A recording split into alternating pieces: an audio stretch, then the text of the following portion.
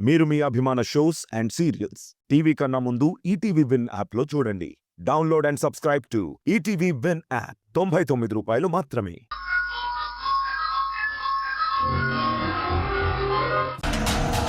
అలాంటి ల్యాండ్ని మీరెలా మా కంపెనీకి హ్యాండ్ ఓవర్ చేస్తారా అన్నది నా డౌట్ సార్.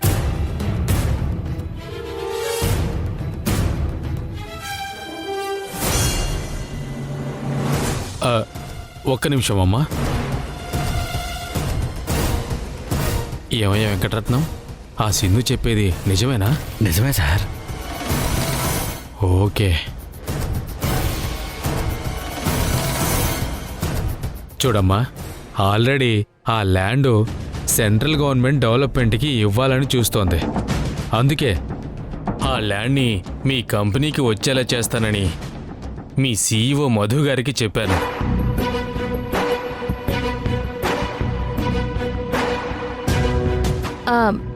ఇదే విషయం అఫీషియల్గా అనౌన్స్ చేస్తారా సార్?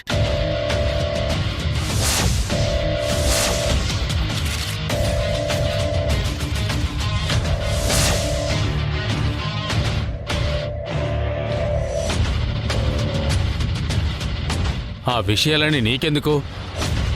నువ్వు ఆ కంపెనీ ఓనర్వా లేక పార్ట్నర్వా? లేదు సార్, నేను ఆ కంపెనీలో వర్క్ చేసే ఒక ఎంప్లాయీని. వాట్? నువ్వు ఆ కంపెనీలో ఎంప్లాయీవా? అవును sir. After all company employee, ఇవన్నీ నీకెందుకు? సార్, ఈ ప్రాజెక్ట్ సామాన్యుడి కలని నిజం చేస్తామని స్టార్ట్ చేశారు. ఇందులో ఏదైనా తప్పు జరిగితే మధ్యతరగతి వాళ్ళు, కామన్ పీపులే ఎక్కువ నష్టపోతారు సార్. అలా జరిగితే మా కంపెనీకి ఉన్న మంచి పేరు పోతుంది. ఆ కంపెనీ నుంచి జీతం తీసుకుంటున్నప్పుడు ఆ కంపెనీకి చెడ్డ పేరు రాకుండా చూసుకోవాల్సిన బాధ్యత ఒక ఎంప్లాయీగా నాకుండబట్టే సార్ మీ దగ్గరికి వచ్చాను. ఇదేదో నాకు ఉపయోగపడేలా ఉందే. ఒక పని చేసిందో చెప్పండి సార్. ఒక కంప్లైంట్ రాసివు. నిజంగా ఏదైనా తప్పు జరుగుతోంది అంటే నేను చూసుకుంటాను. అలాగే సార్.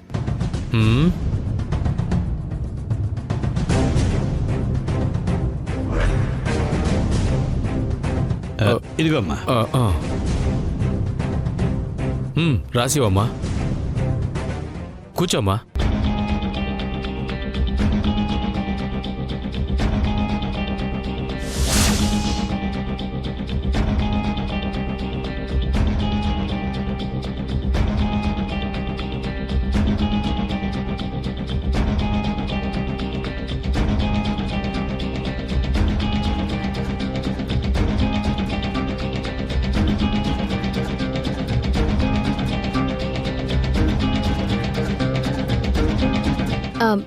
ఇదిగోండి సార్.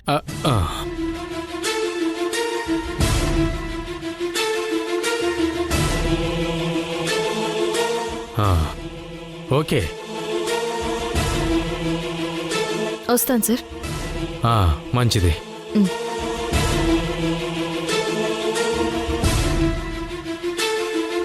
సార్ సార్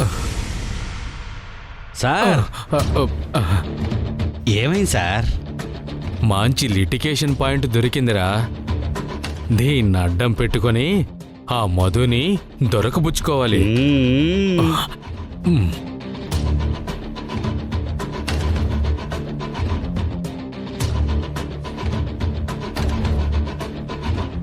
మధు గారు, మీతో అర్జెంటుగా మాట్లాడాలి. వాళ్ళు 11 గంటలకి మన దగ్గరకు వస్తారు. వాళ్ళతో మాట్లాడి విషయం ఏంటో కనుక్కోవాలి మనం.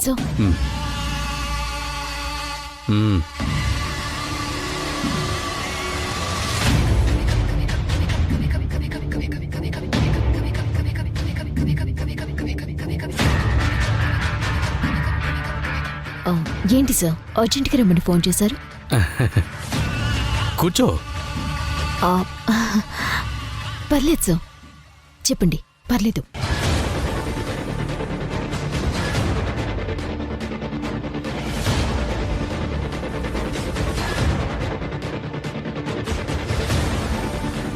అసలు మీ కంపెనీలో ఏం జరుగుతోందో నాకు తెలియాలి. మా కంపెనీకి వచ్చి మీరే అన్నీ చెక్ చేసుకోండి, అప్పుడు మీకే తెలుస్తుంది కదా. ఆహా, నా ఉద్దేశం అది కాదు మధు గారు. మరి ఇంకేంటి సార్? నిజంగానే మీరు ఆ ప్రాజెక్ట్ని ఫినిష్ చేస్తారా, లేక ఇదేమైనా బోగసా?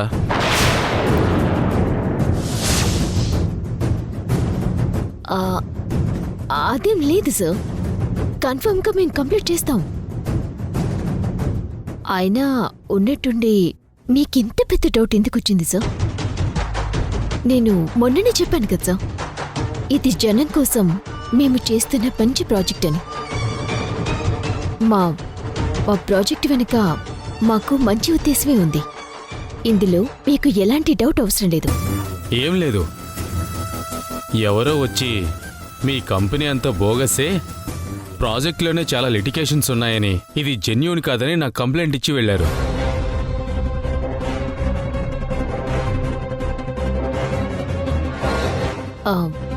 ఎవరు సార్ కంప్లైంట్ ఇచ్చింది? ఎవరైతే ఏంటి, కంప్లైంట్ అయితే వచ్చింది కదా.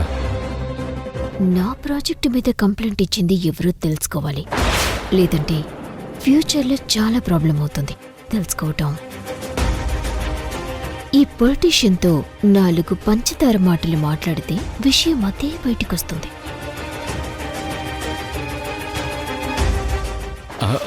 మధు గారు, ఏంటి ఆలోచిస్తున్నారు?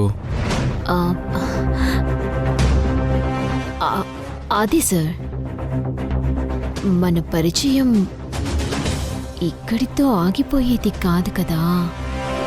ముందు ముందు కలిసిపోవాల్సిన వాళ్ళం. మన మధ్య ఎలాంటి దాపరికాలు ఉండకూడదు కదా. నా మీద కంప్లైంట్ ఇచ్చింది ఎవరో తెలిస్తే నాకు బెనిఫిట్ అవుతుంది. నాకు బెనిఫిట్ అయితే అది మీకు ప్లస్ అవుతుంది కదా సార్. మెల్లమెల్లగా దగ్గరకు వస్తుంది, దూరం చేసుకోకూడదు. ఏంటి సార్ ఆలోచిస్తున్నారు? అది ఏం లేదు, ఆ కంప్లైంట్ ఇచ్చిన అమ్మాయి పేరు గుర్తు చేసుకుంటున్నాను. అది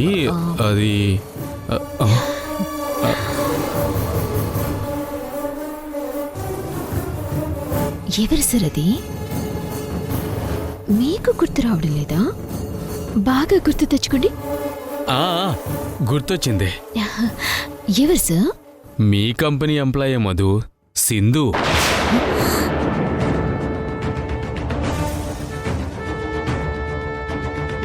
సింధు, నా ప్రాజెక్ట్ని ఆపటానికి నన్ను వెంటాడుతున్నావా? చెప్తాను నీ పని.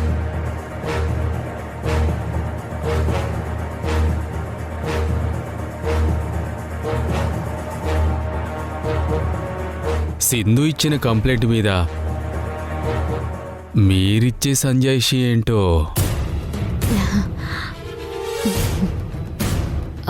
అలాంటిదేమీ లేదు సార్.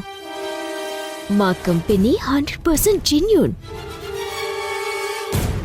మా ప్రాజెక్ట్ 200% పర్ఫెక్ట్. అంత కరెక్ట్గా ఉంటే మరి సింధు ఎందుకు అలా చెప్పింది?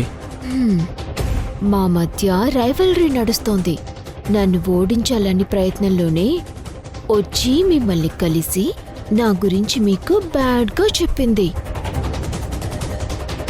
ప్రాజెక్ట్లో ఎలాంటి ఫ్రాడ్ లేదు. ఉన్న ఒక్క ప్రాబ్లం కూడా మీకు చెప్పాను. మీరే నాకు ఫేవర్ చేయాలి సార్, ప్లీజ్ సార్.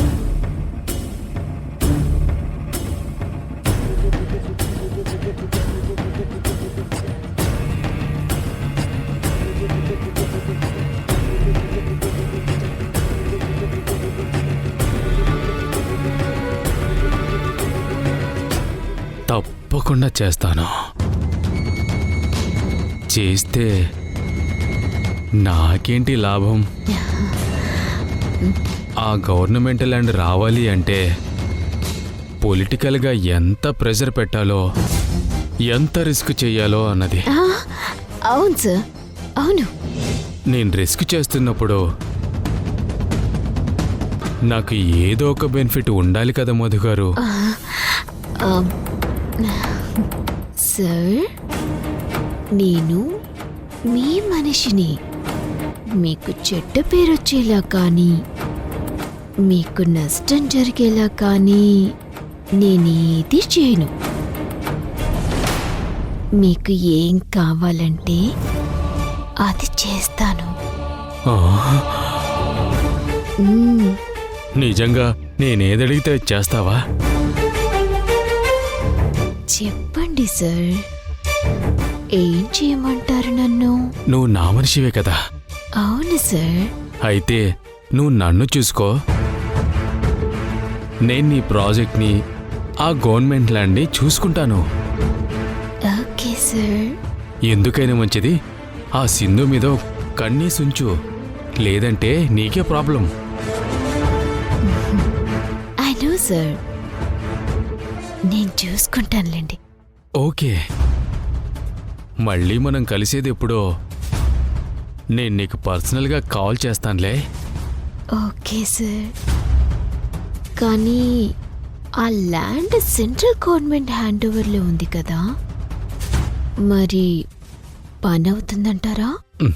మధు గారు, టెన్షన్ పడకండి, అదంతా నేను చూసుకుంటాను కదా. Okay sir. మీరు ఎప్పుడు కాల్ చేసినా, ఏ టైంలో కాల్ చేసినా, ఏ అర్ధరాత్రి పూట కాల్ చేసినా నేను రావటానికి రెడీ. ఆ,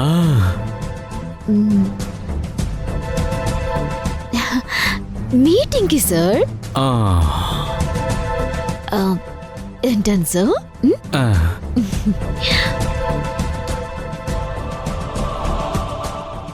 బాయ్ సార్.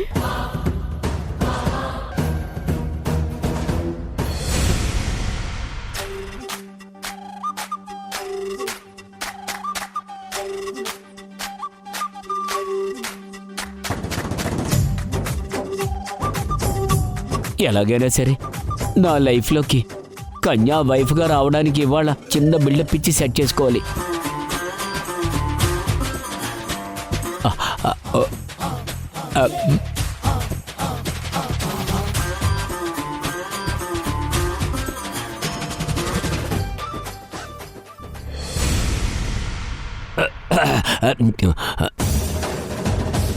అమ్మా, నీకెన్నిసార్లు చెప్పానమ్మా నాకు అలాంటి పెళ్లి సంబంధాలు తీసుకురావద్దు అని. నాకు అసలు ఎలాంటి అమ్మాయి కావాలో, నా కాబోయే భార్య ఎలా ఉండాలో నీకు తెలుసు కదా.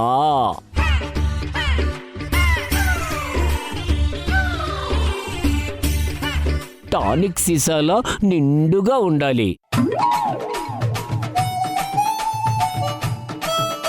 సిరంజి లాంటి కాళ్ళు,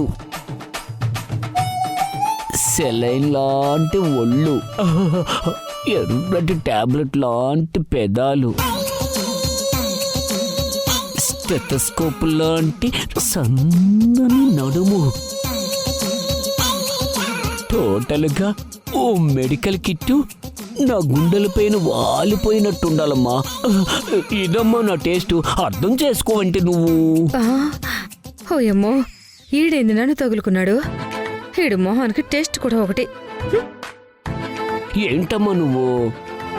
మరి 30-35 ఏళ్ల అమ్మాయి నాకెలా సరిపోతుంది? నాలాగా యంగుగా అందంగా నాకు సరిపోయేలా ఒక 20-25 ఏళ్ల అమ్మాయి అయితే నాకు చాలా బాగుంటుంది.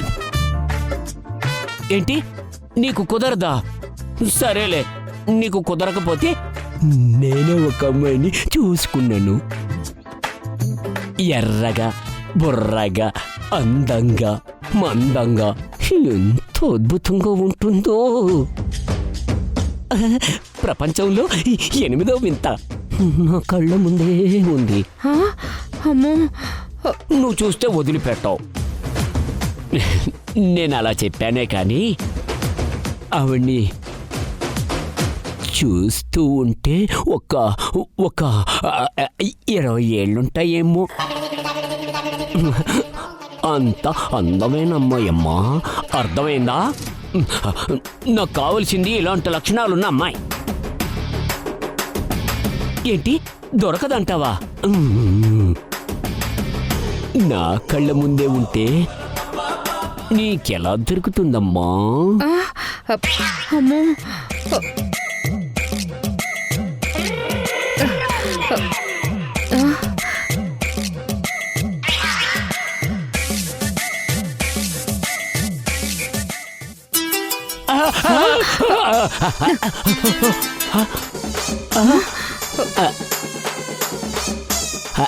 అంటే అది అది మా అమ్మ ఫోన్ చేసిందనుకొని.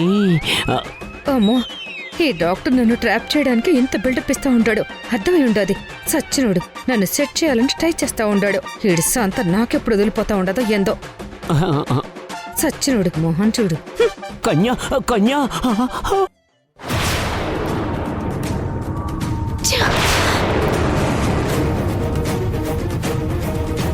అత్తయ్య, యష్, అత్తయ్య, అత్తయ్య, అత్తయ్య. ఏంటి మధు? మరిది గారు ఇక్కడ గదిలో ఉన్నాడనుకుంటాను.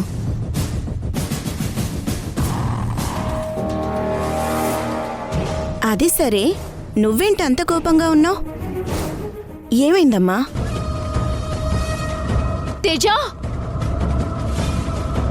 తేజ. మధు, నిన్నే. ఏమైంది? ఎందుకు అదోలా ఉన్నావు? ఏం లేదు అత్తయ్య, ఏమైంది మధు? ఏమైంది? పేపర్ పెన్ కావాలి, కొంచెం తెస్తావా? అలాగే.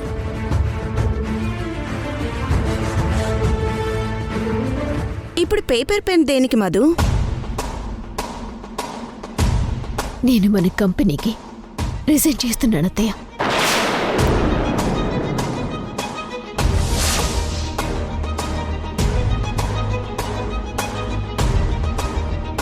ఏమంటున్నావు మధు? మన కంపెనీకి నువ్వు రాజీనామా చేయడమేంటి? ఏమైంది మధు? మాట్లాడు. మధు, ఇదిగో పెన్ను పేపర్.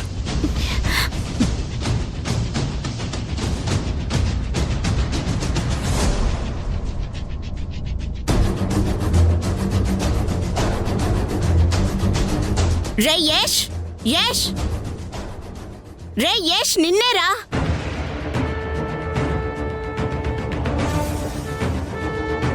ఏంటమ్మా పిలిచావేంటి? ఏంట్రా, మీ వదిన మన కంపెనీకి రాజీనామా చేస్తానంటుంది.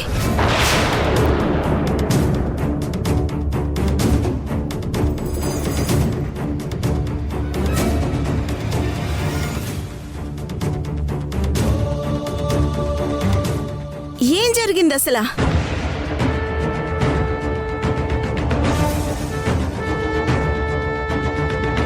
మరిది గారు, ఇదిగోండి, ఇది నా రెసిగ్నేషన్ లెటర్, తీసుకోండి. వదినా, తీసుకోండి.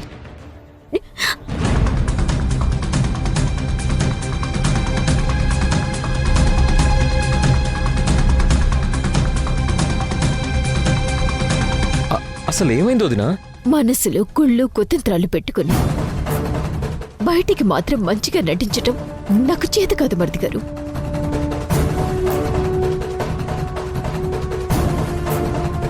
ఉంటే నిజాయితీగా ఉంటాను, లేదంటే తప్పుకుంటాను.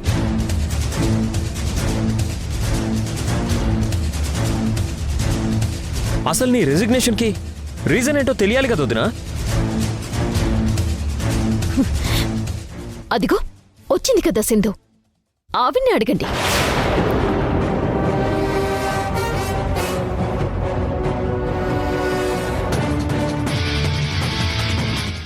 ఏమైంది సింధు? మళ్ళీ మా వదిన ఏమన్నా అన్నావా? నేనేం అనలేదు యష్. లేదురా యష్, ఇదే ఏదో చేసుంటుంది. లేదంటే మధు ఎందుకు ఇంత సడన్ గా కంపెనీకి రాజీనామా చేస్తానంటుంది? చెప్పు సింధు, ఏం చేసావు? నాకేం తెలియదు యష్. నటించక సింధు, చేయాల్సిందంతా చేసేసి ఇప్పుడు నాకేం తెలీదు అంటే నువ్వు చేసిన తప్పు నుంచి తేలిక తప్పించుకోవచ్చు అనుకుంటున్నావా? నేనేం తప్పు చేశాను? మరిది గారి కంపెనీకి మంచి పేరు తీసుకురావాలని నేను ఎంతో కష్టపడి ప్రాజెక్ట్ డిజైన్ చేసి మధ్యతరగతి వాళ్ళకి మేలు చేయాలని నేను ముందుకు వెళ్తుంటే ప్రతిసారి నువ్వు మోకాలడ్డు పెడుతున్నావు, నన్ను కింద పడేయాలని చూస్తున్నావు.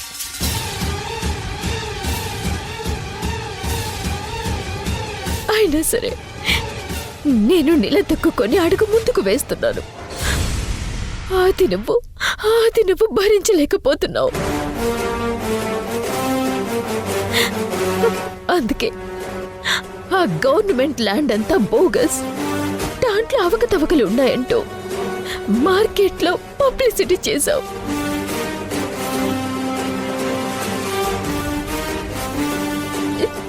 ఇటు ఇంట్లో అటు బయట నా పరుపు తీసేశావు.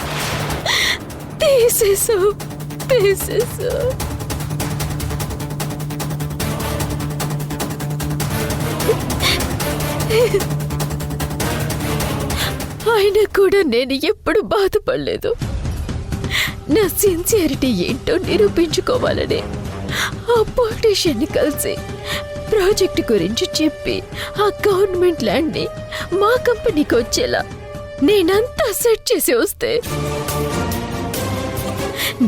నాకు తెలియకుండా దొంగచాటుగా నువ్వు ఆ పొలిటీషియన్ని కలిసి మాది బోగస్ కంపెనీ అని, మేము చేసే ప్రాజెక్ట్ జెన్యూన్ కాదని ఆ పొలిటీషియన్కి లేనిపోనివన్నీ చెప్పలేదు నువ్వు.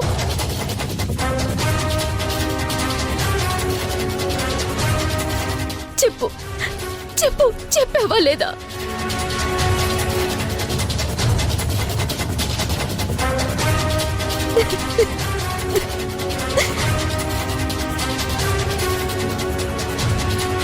నా మీద నీకేదైనా కోపం కక్ష ఉంటే డైరెక్ట్ గా తీర్చుకోవచ్చు, పర్లేదు. అంతేకాని ఇలా ఇండైరెక్ట్ గా మా కంపెనీ గురించి, మా ప్రాజెక్ట్ గురించి దయచేసి బ్యాడ్ చేయకు. కరెక్ట్ కాదు సింధు, కరెక్ట్ కాదు.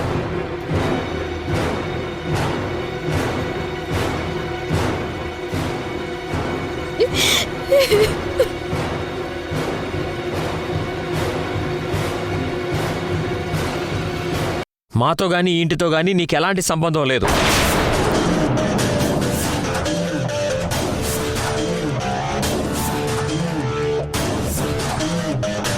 మా కుటుంబంలో నువ్వు మనిషివి కాదు. నువ్వు కేవలం మా భాగ్యం కోసం తెచ్చుకున్న అద్దె మనిషివి మాత్రమే.